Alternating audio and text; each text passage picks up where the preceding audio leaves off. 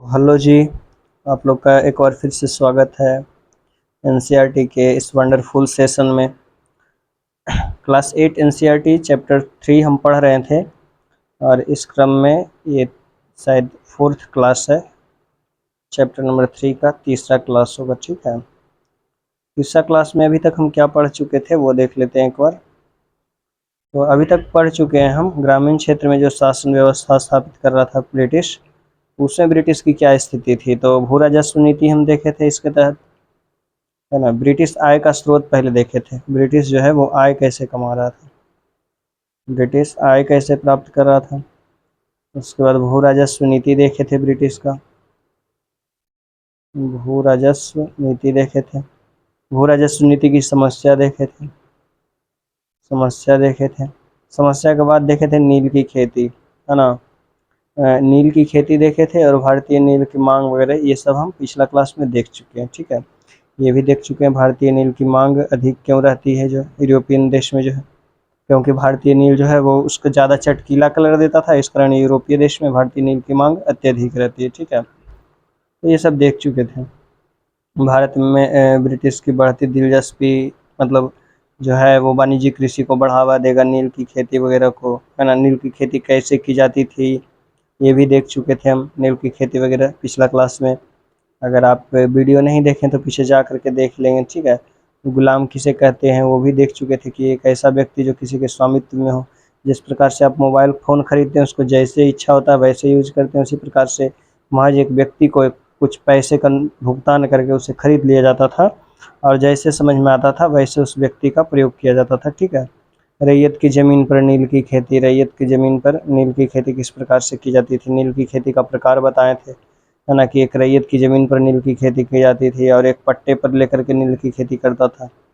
नील का उत्पादन कैसे होता था हाउस में वो भी देख लिए थे पिछला क्लास में। ठीक है, उसके बाद नील विद्रोह, है ना। चलिए, तो नील के बारे में समस्या हम पहले भी बातें कर चुके हैं और अभी फिर से दोहरा देते हैं कि नील की खेती की समस्या क्या थी। आखिरकार समस्या रहेगा तभी तो विरोध शुरू होगा। तो समस्या यह थी कि नील की खेती जो थी एक वाणिज्यिक फसल थी। नील जो थी, है ना, उससे क्या होता था, मिट्टी की उर्वरता समाप्त हो जाती थी, मिट्टी की उर्वरता समाप्त हो जाती थी, है ना। मिट्टी की उर्वरता समाप्त हो जाती थी नील की खेती से। उसके बाद क्या होता था, नील जो था वो खा नहीं सकता था तो उसको बेचना मजबूरी हो जाता था और ब्रिटिश उसे उचित मूल्य नहीं देता था, उचित मूल्य कभी नहीं देता था, है ना। उचित मूल्य देता ही नहीं था। किसानों के पास अनाज की समस्या, हमेशा अनाज की तंगी बनी रहती थी। तो किसान नील की खेती नहीं करना चाहता था, काहे कि अगर अकाल पड़ेगा तो नील को तो खाएगा नहीं, अनाज को तो खा सकता है लेकिन नील को तो खा नहीं सकता। इस कारण ब्रिटिश जो किसान जो है, भारतीय कृषक जो है, वो नील की खेती नहीं करना चाहते। तो नील की खेती में तमाम समस्याओं को ध्यान में रखते हुए कृषक जो है वो नील की खेती नहीं करना चाहते थे। लेकिन ब्रिटिश को अपने उद्योग को चलाने के लिए नील की आवश्यकता थी, कपड़ों को रंगने के लिए नील की आवश्यकता थी। तो वो जो है वो नील की खेती करवाना चाहता था ज़बरदस्ती, है ना। और उससे किसानों का शोषण हो जाता था और उसी कारण किसान जो है वो नील की खेती नहीं करना चाहता था, काहे कि उसको कुछ मिलता नहीं था। भूमि बंजर हो जाती थी किसान की, उसे उचित कीमत नहीं मिल पाता था, उसके औने पौने दाम पे खरीद लिया जाता था, कर्ज के जाल में उसको फंसा लिया जाता था नील के खेती के लालच दे करके।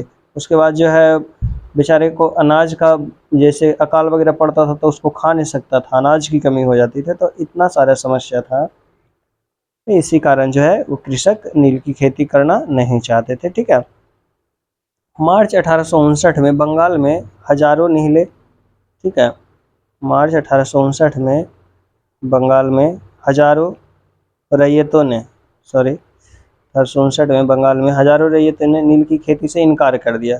जैसे जैसे विद्रोह फैला, रैयतों ने बगान मालिकों को लगान चुकाने से भी इनकार कर दिया। रैयत मतलब किसान होता है ना, रैयत का मतलब होता है कृषक, है ना। कृषक जो नील की खेती करते थे वो क्या कहते हैं कि वो नील की खेती करने से इनकार कर देते हैं। रीजन क्या था, वही जो समस्या, पीछे का समस्या जो बताएं कि किसानों का अनैतिक रूप से शोषण किया जा रहा था, वही कारण था, है ना। अनैतिक रूप से शोषण किया जाता था तो वो क्या करते हैं, वो बगावत कर पर उतर आते हैं निहिले के, ब्रिटिश के निहिले के खिलाफ, और जो बगान मालिक रहता है उसके खिलाफ। यहाँ तक कि जो टैक्स दिया करते थे जो नील की खेती करते थे अपने खेत पर, वो टैक्स दिया करते थे, वो टैक्स देने से भी इनकार कर देते हैं। तो ये सब समस्या कृषक द्वारा मतलब इस समय देखने को मिलता है। ठीक है, थोड़ा सा इसको लाइन को हम पतला कर लेते हैं ना। चलिए, वे ताकतवर भले भाले और तीर कमान लेकर नील की फैक्ट्रियों पर हमला करने लगे। किसान जो है वो देखिए होता क्या था, जब नील की खेती किया, मान लीजिए नील उपज करके घर में रखा हुआ है, अकाल पड़ गया अचानक, अब वो उसको खा नहीं सकता था, तो इस स्थिति में वो जो था वो भूखे मर जाता था। किसान जो है वो भूखे मर जाता था अकाल की स्थिति में।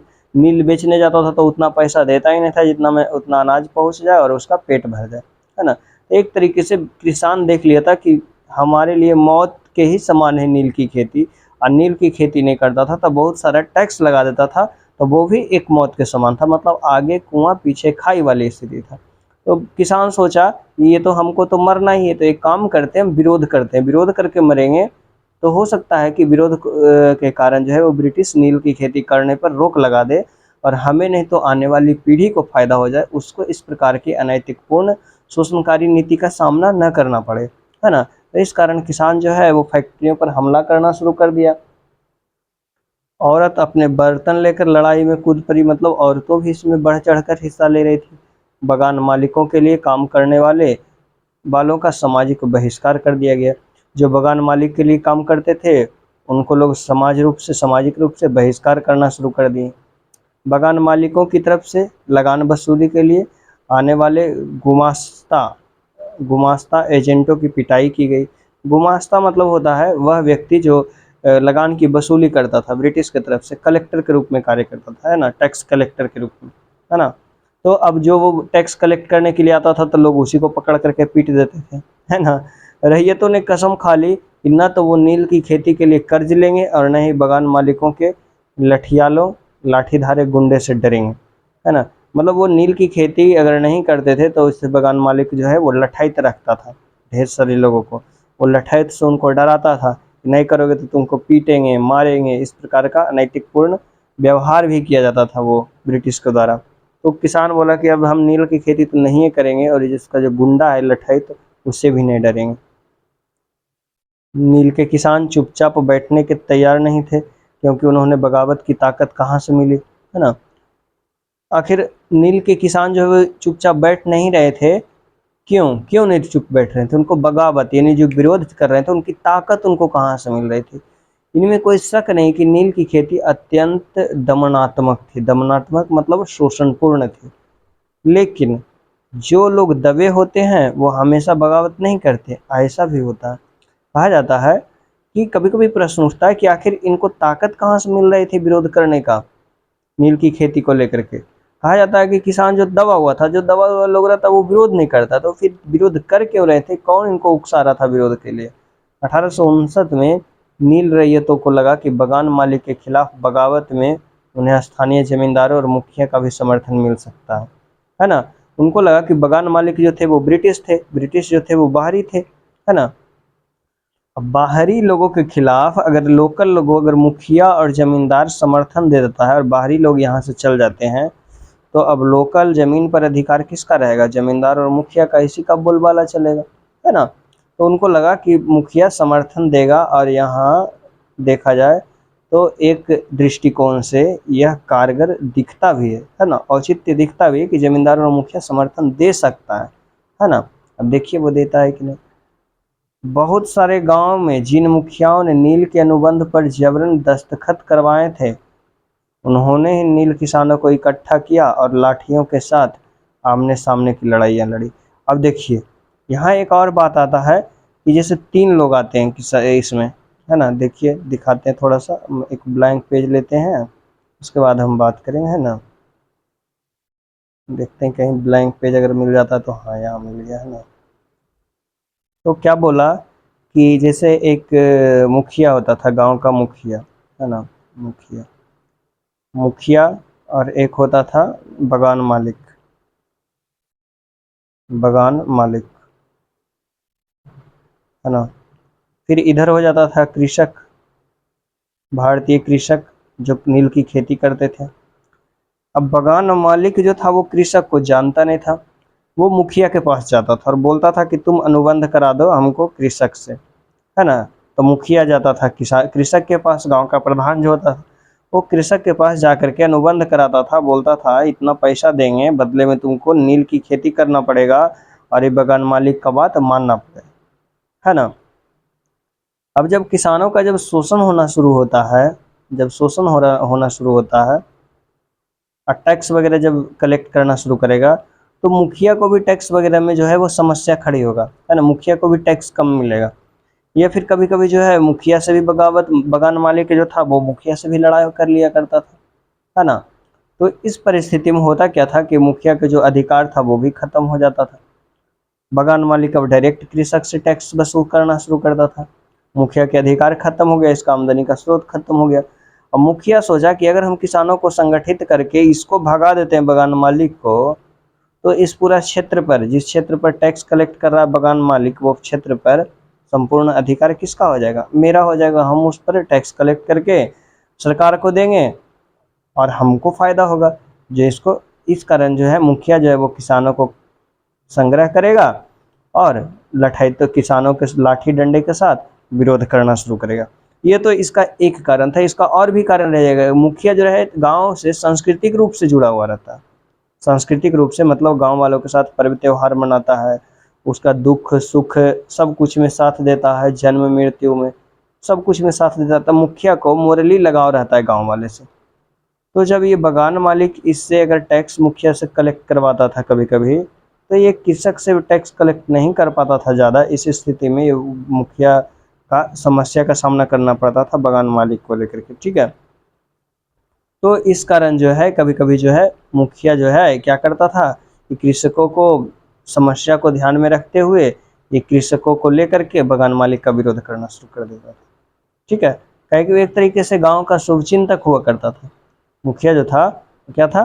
गांव का शुभचिंतक हुआ करता था। गांव का शुभचिंतक की तरह वो कार्य करता था। और वो गांव का शुभचिंतक की तरह काम करेगा तो किसानों की पीड़ा उसकी पीड़ा, है ना। बताएं कि वो सुख दुख में सब कुछ में साथ रहा करता था। मुख्य ग्रामीण मुखिया जो होता था वो कृषक पर शोषणकारी नीति नहीं लागू कर पाता था, लेकिन बाहरी जो बगान मालिक आता था वो उस पर शोषणकारी नीति लागू कर देता था। इस स्थिति में ग्रामीण मुखिया जो होता था वो लोगों को साथ दे देता था। कई स्थान पर रैयतों की बगावत के लिए उकसाते हुए जमींदार गांव-गांव घूमने लगे। जमींदार इस बात से परेशान थे कि बगान मालिक की ताकत बढ़ती जा रही थी और बगान मालिक जबरन लंबे समय के लिए उनसे जमीन ले लेते थे, है ना। मतलब जो मुखिया जो होता था उससे अनुबंध करवा लेता था लंबे समय के लिए, क्योंकि मुखिया अनुबंध करता था और वो अनुबंध किसान से करवा करके लाता था। तो मुखिया और किसान दोनों शिकार हो रहा था इस नील की खेती का। इस कारण दोनों मिलकर के विरोध करना शुरू करेगा आधा जगह, ठीक है। नील के किसान को ये भी लग रहा था कि अंग्रेज सरकार भी संघर्ष में उनका साथ देगी। उसको लग रहा था ब्रिटिश सरकार जो है वो शोषणकारी नीति के खिलाफ रहेगी, इन लोग के बगान मालिक के खिलाफ। 1857 की बगावत के बाद ब्रिटिश सरकार एक और व्यापक विद्रोह के खतरे से डरी हुई थी, है ना। जब नील की खेती वाले जिले में एक और बगावत फैल गई तो लेफ्टिनेंट गवर्नर 1859 के सर्दियों के इलाके का दौरा किया और रैयतों को लगा कि सरकार की उनकी दुर्दशा से परेशानी है ना। मतलब होता क्या है, 1857 के विद्रोह के बाद जब नील विद्रोह होता है, 1857 के विद्रोह के बाद होता है बंगाल के नादिया जिले में नील विद्रोह, ठीक है। दीनबंधु मित्र का नील दर्पण नामक किताब है, उसमें वर्णन मिलता है नील विद्रोह का। ये एग्जाम में आता है, दीनबंधु मित्र का नील दर्पण, ठीक है। कॉपी है तो ये सब नोट करते चलेंगे, है ना। तो जब ऐसा लगता है कि फिर विद्रोह न हो जाए तो एक ब्रिटिश अधिकारी को सर्वे करने के लिए भेजा जाता है नील की खेतों का। तो 1859 की सर्दियों में इस इलाके का दौरा करता है और रैयतों को लगा कि सरकार उसकी दुर्दशा से परेशान है। मतलब गांव का कृषक को लगा कि सरकार भेजा है, मतलब सरकार उसकी समस्या को समझ रहा है। बरसात में मजिस्ट्रेट एसएल ईडन ने एक नोटिस जारी किया जिसमें कहा था कि रैयतों को नील के अनुबंध मानने के लिए मजबूर नहीं किया जाएगा। अब किसान को थोड़ा सा राहत मिलेगा यहाँ, है ना। ब्रिटिश नोटिस जारी किया और बोला कि अब किसानों को ज़बरदस्ती नील की खेती नहीं करवाएगा, है ना।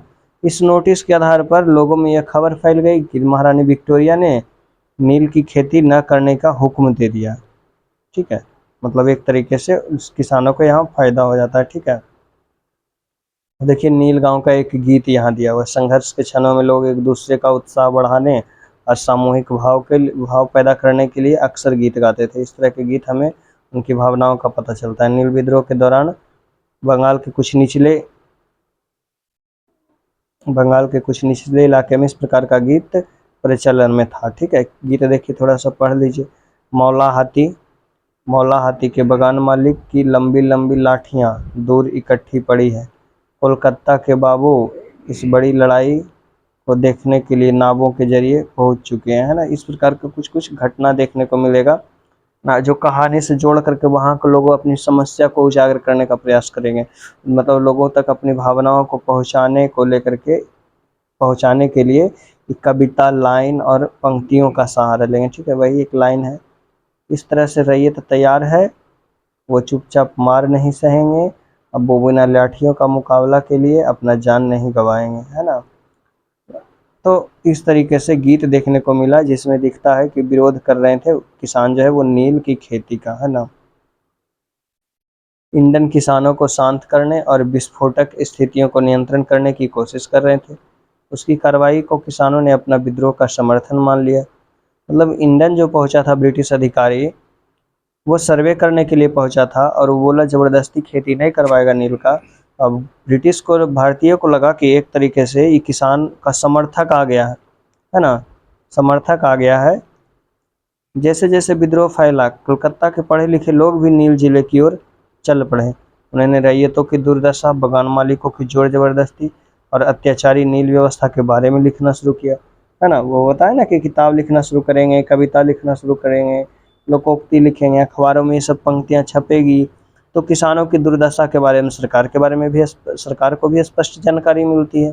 ठीक है, इस बगावत से परेशान सरकार को बगान मालिकों की रक्षा के लिए सेना बुलानी पड़ी। बगान मालिक ज़्यादातर ब्रिटिश होते थे। बगावत बढ़ता चला जा रहा था तो उसको रक्षा के लिए सरकार को अब सेना बुलाना पड़ गया। नील उत्पादन व्यवस्था की जांच करने के लिए एक नील आयोग भी बना दिया गया। ये आखिरकार क्या समस्या आ रहा है कि किसान जो है वो नील के विद्रोह पर इतना आक्रामक रूप से उतरा हुआ है ना। इस आयोग ने बगान मालिकों को दोषी पाया, जोर जबरदस्ती के लिए उनकी आलोचना भी की। जब चला तो पता चला कि बगान मालिक जो है वो वाकई में कृषक का शोषण कर रहे थे। ठीक है, तो अब जब जोर जबर इसमें बगान मालिकों की आलोचना की गई, है ना। आयोग ने कहा कि नील की खेती रैयतों के लिए फ़ायदा का सौदा नहीं है। आयोग ने रैयतों से कहा कि वे मौजूदा अनुबंध को पूरा करें, लेकिन आगे से वे चाहें तो नील की खेती बंद कर सकते हैं। ठीक है, मतलब आयोग द्वारा कहा गया कि अभी तक जो अनुबंध किया गया है वो अनुबंध को पूरा कर दीजिए, उसके बाद जो है आप नील की खेती नहीं कर सकते हैं, कोई दिक्कत नहीं है। वो नील आयोग का गठन किया जाएगा। तो इस बगावत के बाद बगानों में नील का उत्पादन धराशायी हो गया। इसके बाद बगान मालिक बिहार पर ध्यान देने लगे, है ना। मतलब ये बंगाल का घटना था। बंगाल के नादिया जिले में नील विद्रोह शुरू होगा। 19वीं सदी के आखिरी में कृत्रिम रंगों का निर्माण होने लगा। इससे उसका व्यवसाय भी बुरी तरह प्रभावित हुआ। जब कृत्रिम रंग जर्मनी बना लेगा तो अब जो खेती से, जो नील की फसल से जो रंग प्राप्त होता था उसका कीमत घट जाएगा। उसका कीमत घट जाएगा तो पहले से ही तो कम पैसा में खरीद ही रहा था और कम पैसा में उसको खरीदेगा। इससे किसानों को और कम लाभ होगा। कम लाभ होगा तो नील की खेती और बुरी तरीके से प्रभावित होगी। अब इसमें जो बगान मालिकों को जो घाटा हो रहा था कृत्रिम रंगों के मार्केट में आ जाने से, उसको जो कम कीमत मिल रहा था, वो अपनी कीमत की भरपाई के लिए कृषकों पर कई प्रकार का टैक्स लगा देगा, है ना। कई तरीके से टैक्स लगा देगा। फिर किसान विद्रोह पर उतर जाएगा। फिर भी वे उत्पादन फैलाने में सफल रहे, हैं ना। मतलब ये कृत्रिम रंग के निर्माण होने के बाद भी व्यवसाय प्रभावित हुआ, फिर भी अभी नील की खेती अभी जारी थी। दक्षिण अफ्रीका से लौटे तो बिहार के एक किसान ने उन्हें चंपारण आकर, देखिए गांधी जी जब दक्षिण अफ्रीका से लौटते हैं तो बिहार के किसान ने, जिनका नाम रहता है राजकुमार शुक्ल, है ना, वो चंपारण आकर नील की किसानों की दुर्दशा को देखने का न्योता देते हैं गांधी जी को। ठीक है, 1916 के लखनऊ अधिवेशन में। ठीक है, 1916 का लखनऊ अधिवेशन जो महत्वपूर्ण कांग्रेस अधिवेशन होता है, उसमें गरम दल नरम दल दोनों एक होता है, हिंदू मुस्लिम एकता देखने को मिलता है वहाँ। उसी में पहुँचते हैं राजकुमार शुक्ल, जो चंपारण के एक नील नील की खेती से परेशान किसान थे, गांधी जी को जा करके बोलते हैं कि आप आइए एक बार चंपारण और हमारी समस्याओं को थोड़ा अमल कीजिए, है ना। 1917 में महात्मा गांधी का यह दौरा नील बगान मालिकों के खिलाफ चंपारण आंदोलन की शुरुआत थी, ठीक है। तो 1917 में चंपारण आंदोलन शुरू होगा, ठीक है। देखिए, तो आगे भी कुछ देखते हैं। अब देखिए इसमें दिया हुआ है कुछ और भी, है ना, थोड़ा सा पढ़ लेते हैं। देखिए क्या दिया हुआ है, भीख मांग लूंगा परंतु नील नहीं उगाऊंगा। तो सोचिए किसान मतलब कितना एक्सट्रीम लेवल का उनको शोषण किया जाता था कि मतलब वो भीख मांगने के लिए रेडी थे लेकिन नील नहीं उगाने के लिए रेडी थे। किस प्रकार से उनका शोषण किया जाता था। देखिए एक घटना है, चंदपुर थाना हरदी में एक नील काश्तकार हाजी मुल्ला से मंगलवार 5 जून 1860 को नील आयोग सदस्यों ने बात की। हाजी मुल्ला ने कुछ इस सवालों को इस तरह जवाब दिया। मतलब जब नील आयोग का गठन किया गया शोषणकारी नीतियों को जांच के लिए सरकार द्वारा, तो एक किसान था हाजी मुल्ला, उससे कुछ सवाल किए गए। तो देखिए वो किस प्रकार से वो जवाब देगा, है ना। WS सीटन कार वो अधिकारी का नाम है, नील आयोग के अध्यक्ष थे। क्या अब तुम नील की खेती के लिए तैयार हो? अगर नहीं तो किस तरह की शर्त पर नील की खेती करना चाहोगे? अब देखिए हाजी मुल्ला क्या जवाब देगा। मैं नील उगाने के लिए तैयार नहीं हूँ। मुझे नहीं पता कि कोई भी नई शर्त मुझे संतुष्ट कर सकती है। वो बोलते हैं कि भाई कोई ना कोई नया शर्त में कुछ ना कुछ तिकड़मबाजी लगा करके ब्रिटिश हमको जाले में फंसा लेता है। तो मुझे नहीं लगता कि कोई नया शर्त लेकर के आएगा जो हमको सेटिस्फाइड कर दे कि हम दोबारा नील की खेती कर ले, है ना। अब देखिए श्री साले, क्या तुम 1 रुपया प्रति बंडल की कीमत पर भी खेती नहीं करना चाहते?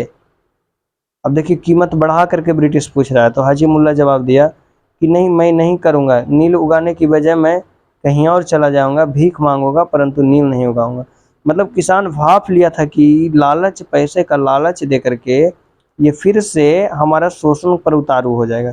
इस कारण किसान स्पष्ट रूप से बता दिया कि हम नील की खेती नहीं करेंगे तो नहीं करेंगे, ठीक है। ये नील आयोग रिपोर्ट खंड 2 का है, सबूतनामा का है दिया हुआ, ठीक है। नील आयोग जो बैठा था उस वही, देखिए यहाँ गतिविधि एक दिया हुआ है कि कल्पना कीजिए कि आप नील आयोग के सामने गवाही दे रहे हैं। WS सीटन कार आपसे पूछते हैं रैयत किस सूरत में नील की खेती कर सकते हैं? आपका जवाब क्या होगा? मतलब क्या करें कि रैयत जो है वो नील की खेती करें, तो आपका क्या जवाब होगा इस प्रकार के प्रश्न पर? ये आपसे पूछा जा रहा है कि अगर आप एक नील के खेती करने वाले किसान होंगे तो, है ना। अब देखिए क्वेश्चन आंसर है इसका। तो क्वेश्चन आंसर आप बना सकते हैं और किसी भी समस्या हो किसी भी प्रकार का तो आप हमसे कमेंट सेक्शन में पूछ सकते हैं, ठीक है। तो अध्याय 3 समाप्त हो चुका है। आप हमारे साथ बने रहेंगे तो NCERT का संपूर्ण सेशन क्लास 11th चल रहा है, क्लास 12 चल रहा है, क्लास 6 चल रहा है, क्लास 8 का ये चैप्टर चल रहा है। हिस्ट्री का 3 चैप्टर हो चुका है, इसका 4था चैप्टर बहुत जल्द स्टार्ट होगा, ठीक है। तो क्लास में पूरा बने रहने के लिए बहुत बहुत धन्यवाद आपका।